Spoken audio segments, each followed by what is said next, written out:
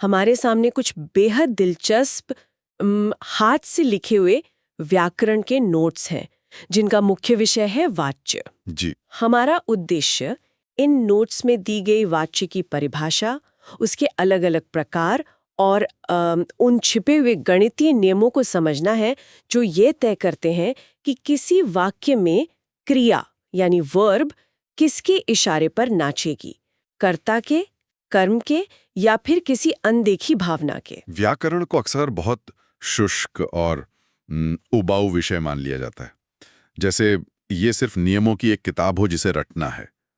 लेकिन जब हम इन हस्तलिखित नोट्स को ध्यान से देखते हैं तो पता चलता है कि ये दरअसल मानव मनोविज्ञान और हमारे सोचने के तरीके का एक ब्लूप्रिंट है। बिल्कुल। वाच्य केवल ये नहीं बताता कि वाक्य कैसे बनाना है, ये तय करता है कि किसी घटना को बताते समय हमारा पूरा ध्यान किस चीज पर है। तो इसी ध्यान और दृष्टिकोण को समझते हैं नोट्स की शुरुआत में ही वाच्य की एक बहुत ही सरल परिभाषा दी गई है। कोई भारी भरकम अकादमिक शब्द नहीं है, बस इतना लिखा है कि वाच्य है वाक्य को बोलने का सही तरीका। हाँ। सच कहूं तो पहली बार पढ़ने पर मुझे लगा कि ये परिभाषा थोड़ी अधूरी है। मतलब व्याकरण का तो हर नियम बोलने का सही तरीका ही बताता है ना? इसमें वाच्य की क्या खासियत है?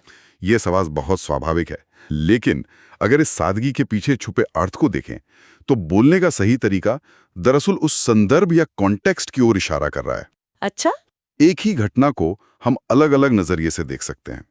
क्या काम करने वाला व्यक्ति ज्यादा महत्वपूर्ण है या जो काम हुआ है वो ज्यादा महत्वपूर्ण है? वाच्य वो व्यवस्था है जो ये सही तरीका चुनती है, और इसी आधार पर नोट्स में इसके 3 मुख्य प्रकार बताए गए हैं: कर्तृवाच्य, कर्मवाच्य और भाववाच्य। ठीक है, लेकिन इन तीनों प्रकारों की गहराई में जाने से पहले इस नोट्स के पन्नों पर कुछ महत्वपूर्ण नियम लिखे गए हैं, और अगर मैं ईमानदार रहूं तो ये नियम मुझे किसी गणितीय समीकरण यानी किसी मैथमेटिकल इक्वेशन से कम नहीं लगे। हाँ, ये तो है। इन्हें समझे बिना वाच्य का खेल समझना नामुमकिन है। तो चलिए इन विभक्ति के जादुई नियमों को एक एक करके सुलझाते हैं। बिल्कुल, ये नियम पूरे व्याकरणिक ढांचे की नींव हैं। अगर हम इन्हें पकड़ लें तो पूरी भाषा का नियंत्रण समझ में आ जाएगा। तो पहला नियम कहता है, यदि कर्ता के साथ विभक्ति चिन्ह हो और कर्म के साथ न हो तो क्रिया का लिंग कर्म के अनुसार होगा। अब इसे थोड़ा खोलते हैं।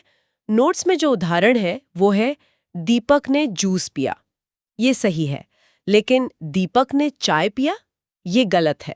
यहाँ जो हो रहा है उसे ध्यान से देखिए। दीपक हमारा कर्ता है, यानी काम करने वाला, और उसके साथ एक विभक्ति चिन्ह लगा है, ने। हाँ। जैसे ही कर्ता के साथ ये ने जुड़ता है, व्याकरण का नियम कहता है कि कर्ता की सत्ता या उसका प्रभाव क्रिया पर से खत्म हो गया। अब क्रिया को दिशा दिखाने के लिए कोई नया बॉस चाहिए। रुको, अगर ने लगाने से कर्ता यानी काम करने वाले की अहमियत ही खत्म हो जाती है तो हम वाक्य में ने लगाते ही क्यों हैं? सीधे सीधे बात क्यों नहीं कहते कि दीपक जूस पीता है? ये ने लगाकर दीपक की ताकत छीनने का क्या तर्क है? ये बहुत ही गहरा सवाल है। हम ने का इस्तेमाल तब करते हैं जब हमें ये बताना होता है कि कोई काम भूतकाल में पूरी तरह से खत्म हो चुका है। ओह, अच्छा। हाँ, दीपक जूस पीता है एक सामान्य बात है, लेकिन दीपक ने जूस पिया ये पक्का करता है कि काम हो चुका। लेकिन भाषा की कीमत यह है कि इस निश्चितता को जताने के लिए ने कर्ता को एक तरह से एक डिब्बे में बंद कर देता है। अब क्रिया उस कर्ता से जुड़ नहीं पाती, इसलिए वो तुरंत वाक्य में मौजूद दूसरी चीज की ओर भागती है। और वो दूसरी चीज है कर्म यानी ऑब्जेक्ट। बिल्कुल। पहले वाक्य में जूस कर्म है, जूस पुल्लिंग है, इसलिए क्रिया बनी पिया। दूसरे वाक्य में चाय कर्म है, चाय स्त्रीलिंग होती है, इसलिए क्रिया पिया नहीं हो सकती, उसे पी होना पड़ेगा। दीपक ने चाय पी। अरे वाह! यहाँ कर्ता दीपक दोनों वाक्यों में वही है, पुल्लिंग है, लेकिन क्रिया उस पर बिल्कुल ध्यान नहीं दे रही है। ये तो सच में वही ड्राइविंग सीट वाली बात हो गई। ने दीपक को पिछली सीट पर धकेल दिया और अब जूस या चाय स्टीयरिंग संभाल रहे हैं। तो ये तो हुई ने की बात। लेकिन क्या होगा अगर इस समीकरण में एक और पेंच आ जाए? नोट्स का दूसरा नियम यही बताता है। नियम कहता है, यदि कर्ता और कर्म दोनों के साथ विभक्ति चिन्ह हो तो क्रिया सदैव एकवचन और पुल्लिंग होगी। और उदाहरण है, शुभम ने अक्षय को बचाया। इसे एक रस्साकशी के खेल की तरह देखिए। एक तरफ कर्ता है शुभम, उसके पास ने की ताकत है। ठीक है। दूसरी तरफ कर्म है अक्षय, उसके पास भी को नाम का एक विभक्ति चिन्ह आ गया है।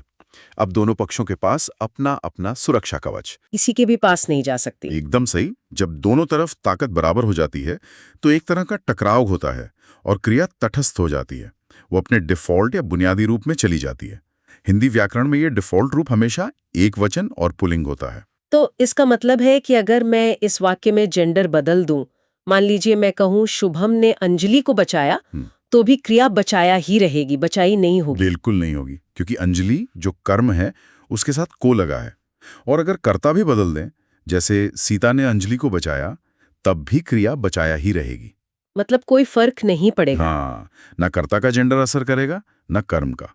क्रिया एकदम न्यूट्रल रहेगी। भाषा का ये गणित बहुत ही सटीक है। और अब आते हैं तीसरे नियम पर।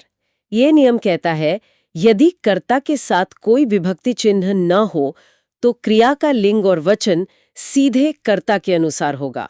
और यहाँ नोट्स में एक ऐसा उदाहरण लिखा है जिसने मुझे थोड़ा चकरा दिया, लेकिन हंसाया भी बहुत। अच्छा, क्या है वो? लिखा है, फूल चमन रहा है। ये यकीनन एक बहुत ही अनोखा उदाहरण है। मतलब चमन रहा है, ये क्या शब्द हुआ? आमतौर पर हम सुनते हैं कि फूल खिल रहा है, फूल महक रहा है। ये चमन रहा है का क्या अर्थ है? क्या जिसने ये नोट्स बनाए हैं उससे कोई गलती हुई है? हो सकता है कि ये कोई क्षेत्रीय शब्द हो, या फिर नोट्स लिखते समय किसी ने जल्दी में कुछ और लिखना चाहा हो और चमन लिख दिया हो। लेकिन व्याकरण के नजरिए से सबसे दिलचस्प बात यह है कि शब्द का अर्थ जो भी हो, या चाहे वो पूरी तरह से अर्थहीन ही क्यों ना हो, नियम पूरी सटीकता से काम कर रहा है। वो कैसे? देखिए, फूल यहां करता है, इसके साथ कोई ने, को, से नहीं लगा है।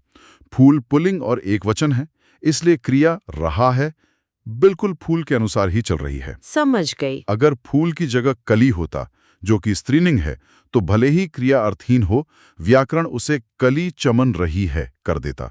यह साबित करता है कि व्याकरण का इंजन शब्दों के अर्थ पर नहीं, उनकी यांत्रिक संरचना पर चलता है। यह एक बहुत ही शानदार नजरिया है। नियम ये नहीं देखता कि आप क्या कह रहे हैं, वो बस ये देखता है कि शब्द किस खांचे में फिट बैठते हैं। तो इन 3 जादुई नियमों या गणितीय फॉर्मूलों को समझने के बाद अब हम उन 3 वाच्यों पर आते हैं जिनका जिक्र नोट्स में है। जी। सबसे पहला है कर्तृवाच्य। और जैसा कि नाम से ही लग रहा है, यहाँ पूरी सत्ता कर्ता यानी काम करने वाले के पास है। हाँ, कर्तृ शब्द का मूल ही कर्ता है। नोट्स में इसकी परिभाषा दी गई है, यदि वाक्य में प्रयुक्त क्रिया का लिंग और वचन कर्ता के अनुसार हो, यानी यहाँ कर्ता ही वाकई राजा है। और यहाँ नोट्स में एक तकनीकी बात लिखी है जो थोड़ी उलझा सकती है। लिखा है कि कर्तृवाच्य में क्रिया अकर्मक और सकर्मक दोनों हो सकती है। ईमानदारी से कहूं तो स्कूल के बाद मैंने इन शब्दों के बारे में ज्यादा नहीं सोचा। क्या हम इस जार्गन को थोड़ा सरल भाषा में समझ सकते हैं? बिल्कुल, इसे बहुत ही सरल तरीके से समझते हैं। सकर्मक यानी जिसके साथ कोई कर्म या ऑब्जेक्ट जुड़ा हो, ठीक है, जिस पर काम हो रहा है। वहीं दूसरी ओर अकर्मक का मतलब है जहां कोई ऑब्जेक्ट ना हो, सिर्फ काम हो रहा हो। जैसे लड़का दौड़ता है, इसमें कोई ऑब्जेक्ट नहीं है, सिर्फ करता है और उसकी क्रिया है। तो नोट्स ये कह रहे हैं कि कर्तृवाच्य में चाहे वाक्य में कोई ऑब्जेक्ट हो या ना हो, क्रिया का रिमोट कंट्रोल हमेशा कर्ता के ही हाथ में रहेगा। एकदम सटीक। और इसे परखने का सबसे अच्छा तरीका है कर्ता को बदल कर देखना। उदाहरण के लिए, लड़का चाय पीता है, यहाँ कर्ता पुल्लिंग है। अब कर्ता बदल दीजिए, लड़की चाय पीती है, देखिए क्या हुआ। क्रिया तुरंत पीता है से पीती है में बदल गई। बिल्कुल। जबकि जो ऑब्जेक्ट है यानी चाय, वो दोनों जगह वहीं मौजूद है। बिल्कुल। लेकिन उसका कोई वश नहीं चल रहा। यही कर्तृवाच्य की पहचान है। जब तक कर्ता के साथ कोई विभक्ति चिन्ह जैसे ने नहीं जुड़ता, तब तक वो वाक्य का निर्विवाद शासक रहता है। ये तो बहुत ही स्पष्ट हो गया। मतलब अगर कभी पहचानना हो कि वाक्य कर्तृवाच्य है या नहीं, तो बस कर्ता का जेंडर या नंबर बदल कर देख लो। अगर क्रिया बदल जाए तो समझो वो कर्तृवाच्य है। बिल्कुल। लेकिन कहानी में असली मजा तब आता है जब राजा से उसकी गद्दी छिन जाती है, और यही हमें नोट्स के अगले हिस्से की ओर ले जाता है, कर्मवाच्य। कर्मवाच्य वो अवस्था है जहां फोकस पूरी तरह से बदल जाता है। काम करने वाले व्यक्ति से ज्यादा ध्यान उस वस्तु या काम पर आ जाता है जिस पर काम किया जा रहा है। नोट्स की परिभाषा कहती है, इसमें क्रिया का लिंग और वचन कर्म के अनुसार होता है। और इसके ठीक नीचे बड़े बड़े अक्षरों में एक चेतावनी जैसी लिखी है, मुख्य क्रिया सदैव सकर्मक होगी। अब अभी अभी हमने जो अकर्मक और सकर्मक का मतलब समझा, उसके हिसाब से तो ये नियम बहुत ही लॉजिकल लग रहा है। ये पूरी तरह से तार्किक है। अगर वाच्य का नाम ही कर्मवाच्य है तो जाहिर सी बात है कि वाक्य में कर्म यानी ऑब्जेक्ट का होना अनिवार्य है। हाँ, बिल्कुल। और जिस वाक्य में ऑब्जेक्ट होता है उसकी क्रिया सकर्मक ही कहलाती है। अगर ऑब्जेक्ट ही नहीं होगा तो कर्मवाच्य बनेगा कैसे? सही बात है।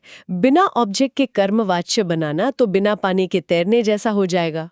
और नोट्स में इस वाच्य को पहचानने के लिए एक बहुत ही खास पासवर्ड या ट्रिगर वर्ड दिया गया है, के द्वारा। के द्वारा वो टूल है जिसका इस्तेमाल हम कर्ता को किनारे करने और कर्म को सेंटर स्टेज पर लाने के लिए करते हैं। चलिए इसका उदाहरण देखते हैं। नोट्स में लिखा है, राम के द्वारा दूध पिया गया, और दूसरा उदाहरण है, सीता के द्वारा दूध पिया गया। यहाँ वापस से वो ड्राइविंग सीट वाली एनालॉजी एकदम सटीक बैठती है। बिल्कुल, जरा इसे समझा कर देखिए। देखिए, यहाँ जो कर्म है दूध, वो स्टीयरिंग व्हील पकड़कर बैठ गया है। दूध पुल्लिंग है, इसलिए क्रिया बन गई पिया गया। अब के द्वारा लगाकर हमने राम और सीता दोनों को पिछली सीट पर बिठा दिया है। हाँ, एकदम सही। अब राम जो पुल्लिंग है वो बैठे, या सीता जो स्त्रीलिंग है वो बैठे। गाड़ी तो दूध के हिसाब से ही चलेगी। क्रिया हमेशा पिया गया ही रहेगी, पी गई कभी नहीं होगी। ये एकदम सही विश्लेषण है। के द्वारा ने कर्ता के प्रभाव को पूरी तरह से न्यूट्रलाइज कर दिया है। लेकिन यहाँ एक सोचने वाली बात यह है कि हम भाषा में ऐसा करते ही क्यों हैं? हम सीधे सीधे क्यों नहीं कह देते कि राम ने दूध पिया? हाँ, ये एक अच्छा सवाल है। जब सीधा रास्ता है तो के द्वारा लगाकर वाक्य को घुमाने की क्या जरूरत है? क्योंकि कई बार असल जिंदगी में ये बताना ज्यादा जरूरी होता है कि क्या काम हुआ है, बजाय इसके कि वो काम किसने किया। जैसे कोई न्यूज हेडलाइन हो। बिल्कुल। उदाहरण के लिए, जब आप कोई न्यूज सुनते हैं, शहर में नई सड़कें बनवाई गईं या अपराधियों को पकड़ा गया, किसने बनवाई, किसने पकड़ा, ये उतना अहम नहीं है जितना वो काम खुद है। कर्मवाच्य भाषा को एक तरह की ऑब्जेक्टिविटी या निष्पक्षता देता है। अच्छा, तो ये एक तरीका है बातों को न्यूट्रल रखने का। हाँ, और कई बार इसका इस्तेमाल लोग जिम्मेदारी से बचने के लिए भी करते हैं। शीशा टूट गया या शीशा तोड़ा गया, ये कहने से आप ये बताने से बच जाते हैं कि शीशा किसने तोड़ा। अरे वाह!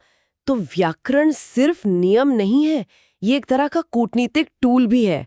आप कर्मवाच्य का इस्तेमाल करके बहुत ही चालाकी से कर्ता को गायब या कमजोर कर सकते हैं। ये सत्ता का बहुत ही बारीक खेल है। लेकिन अब हम इन नोट्स के सबसे रहस्यमयी और शायद सबसे दार्शनिक हिस्से पर आ रहे हैं। तीसरा प्रकार है भाववाच्य। यहाँ न कर्ता राजा है, न कर्म ड्राइविंग सीट पर है। यहाँ पूरी सत्ता सिर्फ भावना के पास है। भाववाच्य हिंदी व्याकरण का एक बहुत ही विशिष्ट और अनूठा रूप है। नोट्स में इसकी परिभाषा में दो बहुत ही भारी शब्द इस्तेमाल हुए हैं, असमर्थता और समर्थता। दोनों का बोध होता है। असमर्थता यानी किसी काम को कर पाने में लाचारी, और समर्थता यानी उसे कर पाने की क्षमता। लेकिन नोट्स ये भी कहते हैं कि यहाँ मुख्य क्रिया सदैव अकर्मक होगी और क्रिया हमेशा एकवचन और पुल्लिंग ही रहेगी। याद कीजिए, कर्मवाच्य में क्रिया हमेशा सकर्मक थी क्योंकि वहां ऑब्जेक्ट होना जरूरी था। भाववाच्य इसके बिल्कुल विपरीत है। कैसे? यहाँ क्रिया सदैव अकर्मक है क्योंकि यहाँ फोकस किसी ऑब्जेक्ट पर नहीं बल्कि उस काम के होने या न होने की स्थिति यानी उसके भाव पर है। नोट्स में से पहचानने का तरीका बताया गया है, कर्ता के साथ से कारक चिन्ह का होना। और पहला उदाहरण बहुत ही जाना पहचाना है, बच्चे से सोया नहीं जाता। ये असमर्थता का बहुत ही सटीक उदाहरण है। यहाँ भाषा की गहराई को महसूस कीजिए। हम ये भी कह सकते थे कि बच्चा नहीं सोता, लेकिन बच्चे से सोया नहीं जाता कहने में जो बेबसी है, जो लाचारी है, वो पहले वाक्य में नहीं है। बच्चा नहीं सोता एक तथ्य है, बच्चे से सोया नहीं जाता एक संघर्ष है। ये बहुत ही खूबसूरत बात कही आपने। यहाँ सोने की जो क्रिया है, जो नींद न आने का भाव है, वो इतना बड़ा हो गया है कि बच्चा जो कि करता है उस भाव के सामने एकदम बेबस हो गया है। बिल्कुल। दी से बैठा नहीं जाता। कर्ता कोई भी हो, भाव हमेशा एक ही रूप में खड़ा रहेगा। बिल्कुल। भाववाच्य हमें ये दिखाता है कि कभी-कभी क्रिया या काम खुद करने वाले से ज्यादा बड़ा हो जाता है। लेकिन इन सब में जिसने मुझे सबसे ज्यादा चौंकाया वो भाववाच्य का दूसरा उदाहरण है। नोट्स में लिखा है चलो अब घुमा जाए, और इसके ठीक आगे एक खास टिप्पणी है, कर्ता लुप्त और क्रिया का भाव प्रधान। ये उदाहरण सच में भाषा के सबसे परिपक्व रूपों में से एक है। मैं तो यही सोच रही थी कि इसमें तो कोई कर्ता है ही नहीं, कौन घूमेगा? मैं, तुम, हम सब, कोई जिक्र नहीं है। कर्ता पूरी तरह से लुप्त यानी गायब है। सिर्फ एक क्रिया है, घूमना, और एक प्रस्ताव है। ये तो मानो ऐसा है कि वाक्य से अहंकार या मैं को पूरी तरह से हटा दिया गया है और सिर्फ अनुभव को बीच में रख दिया गया है। यही इस वाची का जादू है। जब हम कहते हैं चलो अब घुमा जाए या चलो अब खाया जाए, तो हम किसी एक व्यक्ति के बारे में बात नहीं कर रहे होते। हम उस साझा अनुभव, उस माहौल पे जोर दे रहे होते हैं। वाह, ये तो बहुत ही गहरा है। हाँ, यहाँ किसी के नियंत्रण की कोई होड़ नहीं है, न कर्ता की न कर्म की। यहाँ सिर्फ उस पल में होने वाले काम का जश्न है। भाववाची ये साबित करता है कि भाषा सिर्फ जानकारी देने का साधन नहीं है, बल्कि वो भावनाओं और अनुभवों को महसूस कराने का एक तरीका भी है। सच में इन कुछ पन्नों के हस्तलिखित नोट्स ने वाच्य को देखने का नजरिया ही बदल दिया है। जो चीज शुरुआत में कुछ सूखे हुए गणितीय नियमों जैसी लग रही थी, प्लस ने माइनस को, वो असल में इस बात का एक पूरा ढांचा निकला कि हम दुनिया को और उसमें होने वाली घटनाओं को कैसे देखते हैं और कैसे बयान करते हैं। व्याकरण दरअसल वो अदृश्य लेंस है जिससे हम वास्तविकता को आकार देते हैं, और वाच्य हमें ये चुनने की आजादी देता है कि हम उस वास्तविकता का कौन सा हिस्सा दुनिया को दिखाना चाहते हैं। तो अगर हम इस पूरी चर्चा के धागों को एक साथ समेटें, तो हमने देखा कि कैसे भाषा में हर पल एक नियंत्रण का खेल चलता रहता है। कर्तृवाच्य में कर्ता अपनी पूरी ताकत से राज करता है, जी। फिर के द्वारा जैसे शब्द आकर उस कर्ता को किनारे कर देते हैं, और कर्मवाच्य में ऑब्जेक्ट को ड्राइविंग सीट पर बिठा देते हैं। और जब ये दोनों ही पीछे हट जाते हैं, तो भाववाच्य आता है, जहां ना राजा है न कोई ऑब्जेक्ट, सिर्फ एक शुद्ध अनुभव या भावना होती है, जैसे अब घूमा जाए। और ये पूरी व्यवस्था इस बात पर निर्भर करती है कि हम ने, को, से या के द्वारा जैसे छोटे छोटे विभक्ति चिन्हों का कैसे और कहाँ इस्तेमाल करते हैं। रोजमर्रा की बातचीत में ये ध्यान देना सच में बहुत दिलचस्प हो सकता है। अगली बार जब कोई कहे कि मुझसे ये काम नहीं किया जाता या फाइल भेज दी गई है, तो इसके पीछे छिपे सत्ता के उस ट्रांसफर को महसूस करना एक अलग ही अनुभव होगा। बिल्कुल। एक बहुत ही अनजाने में ही 2 अक्षर के ये छोटे छोटे शब्द पूरे वाक्य का पावर डायनामिक्स बदलकर रख देते हैं।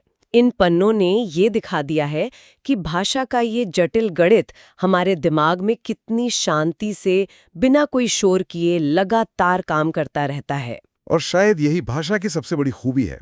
वो अपना काम इतने सहज तरीके से करती है कि हमें उसके जटिल तंत्र का कभी एहसास ही नहीं होता। एक बहुत ही शानदार सोच। इन व्याकरण के पन्नों में उलझे हुए तारों को सुलझाना एक बेहतरीन मानसिक कसरत रही। आज के इस डीप डाइव में बस इतना ही। एक नए विषय और कुछ नई पहेलियों के साथ फिर मुलाकात होगी।